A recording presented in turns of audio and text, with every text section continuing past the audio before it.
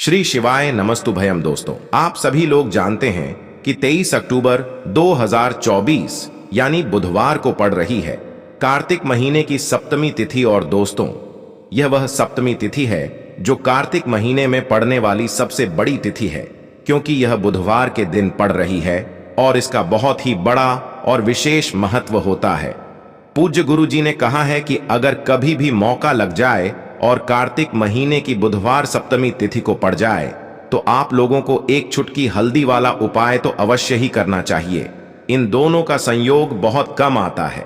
और इसी के साथ में गुरु जी ने अपनी शिव पुराण कथा में बताया है कि इस दिन आपको एक चुटकी हल्दी वाला उपाय तो आपको अवश्य ही करना चाहिए, क्योंकि ऐसा दिन पूरे साल में सिर्फ एक ही बार आता है। और दोस्तों, आप सभी लोग जानते हो कि बुधवार सप्तमी तिथि का अगर सबसे बड़ा कोई उपाय है तो एक चुटकी हल्दी वाला उपाय है। तो दोस्तों, इस मंगलवार के दिन आप लोगों को इस एक चुटकी हल्दी वाला उपाय को जरूर करना है। बहुत सारे लोग होंगे जिन लोगों ने इस उपाय को ना किया हो, मतलब पूरा साल निकल गया, उन्होंने किसी भी दिन इस एक चुटकी हल्दी वाला उपाय को ना किया हो।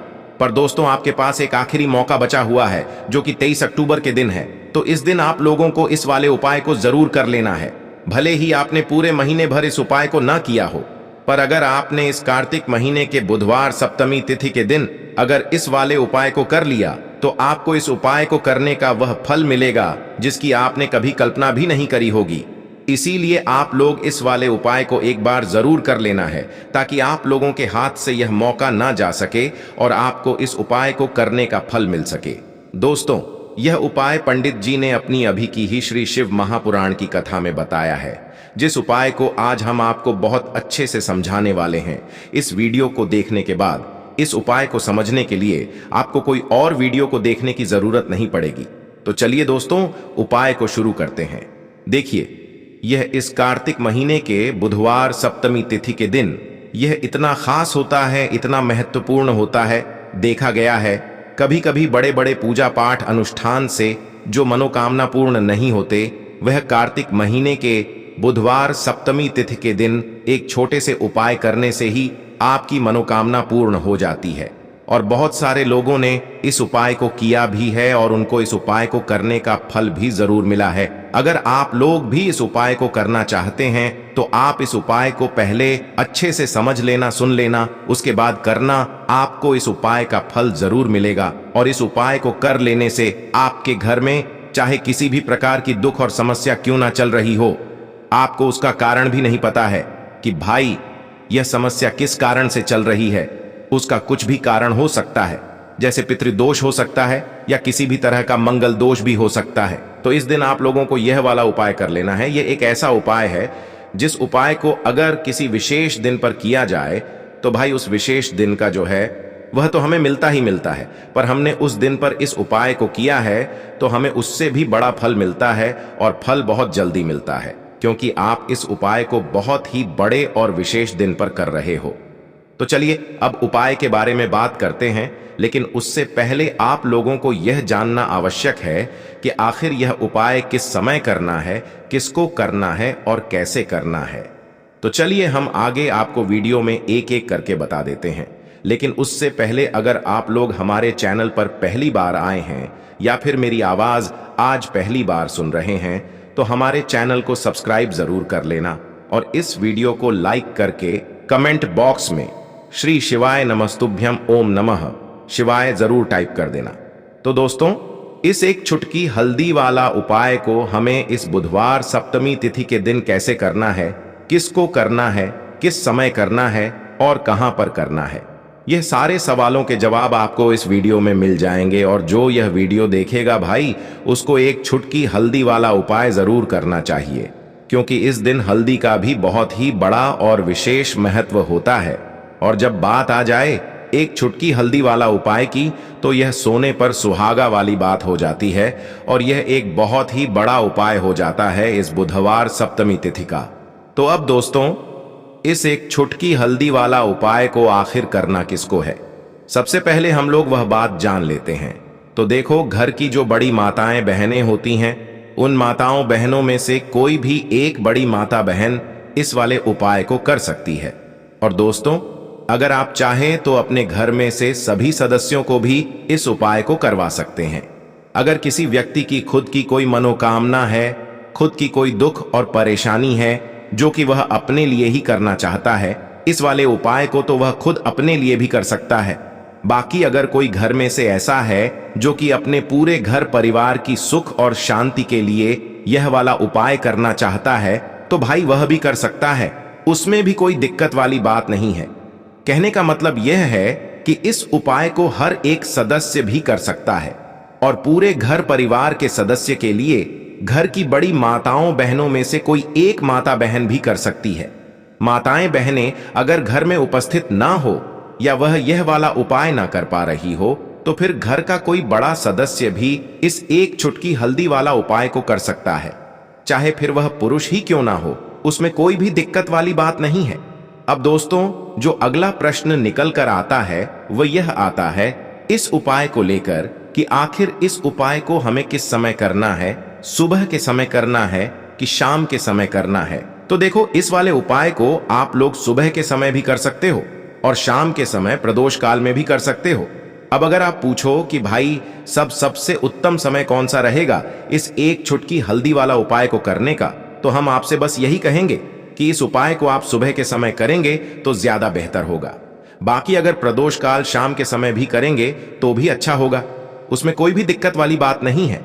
तो अब दोस्तों, जो अगली सबसे बड़ी और महत्वपूर्ण बात आती है वह यह आती है कि सुबह अगर हम उपाय को करेंगे तो हमें कितने बजे से लेकर कितने बजे तक के बीच में करना है, और शाम के समय प्रदोष काल में करेंगे तो हमें कितने बजे से लेकर कितने बजे के बीच में करना है। तो देखो, सुबह जितनी जल्दी हो सके आप उपाय को करने की कोशिश करना। बाकी अगर किसी कारणवश लेट भी हो जाओ, थोड़ी देर भी हो जाए, तो 10 या 11 बजे तक भी आप उपाय कर लेना, पर 12 बजे से ज्यादा देरी ना हो, ठीक है? इस बात का ध्यान रखना। उसके बाद में दोस्तों, अगर शाम के समय प्रदोष काल की बात करें, प्रदोष काल का जो समय होता है वो शाम के 6 बजे से शुरू हो जाता है। मतलब शाम के 6 बजे से लेकर 7 बजे के बीच का जो समय होता है, यह समय प्रदोष काल का समय होता है। तो आप इस उपाय को 7 या 8 बजे के बीच में भी कर सकते हो। मतलब शाम के 6 बजे से रात 8 बजे के बीच में आप कभी भी इस वाले उपाय को कर सकते हो, उसमें कोई भी दिक्कत वाली बात नहीं है। देखिए, कार्तिक का महीना श्री हरि विष्णु की पूजा के लिए, मां तुलसी के पूजन के लिए सबसे उत्तम होता है। साथ ही साथ आप अगर चाहते हैं कि आपके घर में पैसा आए, आपके घर में पैसा रुके और आपके घर में निरंतर पैसे में, आपके धन में वृद्धि हो, तो हल्दी वाला पानी घर में डालना बिल्कुल ना भूलें।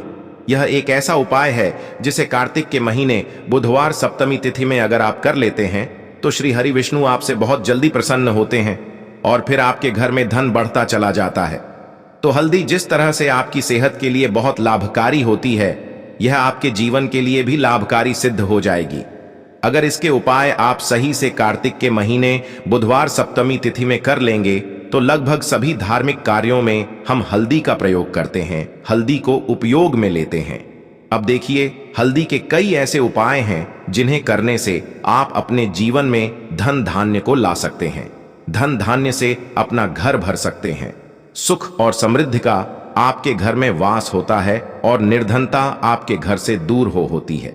इसी के साथ जिनके काम में बहुत रुकावट आती है, काम बन नहीं पाता है, बना बनाया काम भी अगर आपका बार बार बिगड़ जाता है और आप बहुत परेशान रहते हैं कि मेरा काम नहीं बनता, मेरा व्यापार नहीं चलता, तो ऐसा समझ लीजिए कार्तिक के महीने में हल्दी के उपाय रातों रात आपके भाग्य को चमकाए तो पीला रंग श्री हरि विष्णु को बहुत प्रिय होता है। और उनकी पूजा में आपने देखा होगा कि ज्यादातर हम पीले रंग की वस्तुओं को लेते हैं, जैसे कि पीली मिठाई हो गई, पीले रंग के वस्त्र हो गए हैं, ना केले का भोग हो गया, केला भी पीले रंग का होता है, उसी तरह से हल्दी भी श्री हरि विष्णु को बहुत प्रिय है जिसका रंग पीला होता है। तो जिन लोगों के सर पर कर्जा है वह लोग भी इस उपाय को जरूर करें, या जिनका धन अटका हुआ है, कहीं फंस गया है, नहीं मिल पा रहा है, वो लोग भी हल्दी वाले उपाय कार्तिक के महीने बुधवार सप्तमी तिथि में जरूर करें। चलिए बात कर लेते हैं कि उपाय को आपको किस तरह से करना है। तो सबसे पहले तो आपको एक चुटकी पिसी हुई हल्दी लेनी है, थोड़ा सा लेना है। यहां पर आपको शुद्ध जल और जल के अंदर आपको एक चुटकी हल्दी डाल देनी है और अच्छे से इसको घुमाना है। इस जल को अच्छे से मिला लेना है हल्दी के साथ। अब घर का कौन सा स्थान है जहां पर इसका छिड़काव आपको करना है? तो सबसे पहले घर के मंदिर में, ठीक है ना?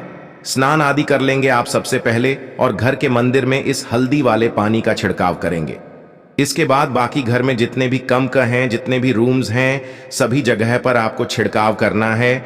तो घर के सभी कमरों में, घर के बरामदे में, बालकनी में, सभी जगह पर आपको हल्दी वाले पानी का छिड़काव करना है। अब घर का वह स्थान जहां पर मां लक्ष्मी सबसे पहले दृष्टि डालती है, सबसे पहले कदम रखती हैं, वह है आपके घर का मुख्य द्वार। देखिए, सबसे ज्यादा लाभ आपको जो आपके घर में देता है वह आपका मुख्य द्वार ही देता है। मतलब मुख्य द्वार पर अगर उपाय सही से कर लिया, विशेषकर यह हल्दी वाला, तो समझ लीजिए कि धन की वर्षा भी घर में होगी और फिर आपके घर में पैसे को आने से कोई नहीं रोक पाएगा। तो हल्दी वाले पानी का छिड़काव मुख्य द्वार पर आपको जरूर करना है। कार्तिक के महीने में अगर प्रतिदिन यह उपाय कर लेते हैं तो सोने पर सुहागा। अगर प्रतिदिन नहीं कर पाते हैं तो कोई भी दिन चुन लें। गुरुवार का दिन चुन लें जो कि श्री हरि विष्णु को ही समर्पित है। शुक्रवार का दिन चुन लें क्योंकि मां लक्ष्मी का ये दिन है। बाकी तो कार्तिक का महीना जो है, यह पूरा का पूरा महीना श्री हरि विष्णु को ही समर्पित होता है। तो इसमें आपको दिन नहीं देखना है, आप इस उपाय को किसी भी दिन कर सकते हैं। कार्तिक जो है, कार्तिक का जो महीना है यह 15 नवंबर तक है। तो 15 नवंबर तक कभी भी ये उपाय करिए और फिर इसका चमत्कार देखिए। तो हल्दी जो है यह आपके घर में सुख सौभाग्य को खींचेगी, आपके घर से सारी नेगेटिव एनर्जी को दूर करेगी। घर में कोई वास्तु दोष है उसे दूर करेगी।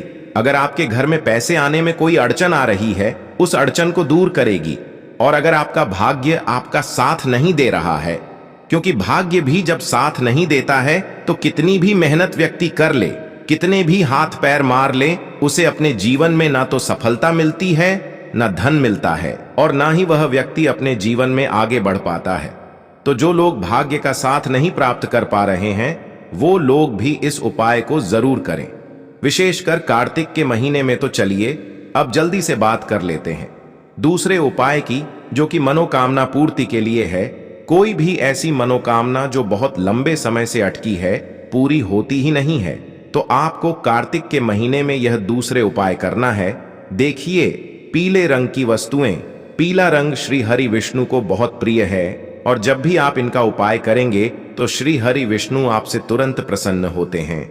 अब आपको करना क्या है? आपको पीले रंग की मिठाई जैसे कि गुड़ हो गया, बेसन की कतली हो गई, बेसन के लड्डू हो गए, कोई भी पीले रंग की मिठाई का भोग आपको श्री हरि विष्णु को लगाना है और पीले फूल उन्हें अर्पित करने हैं।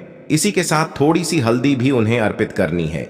यहाँ पर आप साबुत हल्दी भी अर्पित कर सकते हैं और पिसी हुई भी कर सकते हैं। और श्री हरि विष्णु का यह मंत्र, ओम नमो भगवते वासुदेवाय नम, यह मंत्र आप 11 बार बोल और ये चीजें उनको अर्पित कर दें श्री हरि विष्णु को, कि किसी भी दिन उपाय कर लेना बहुत चमत्कार होता है।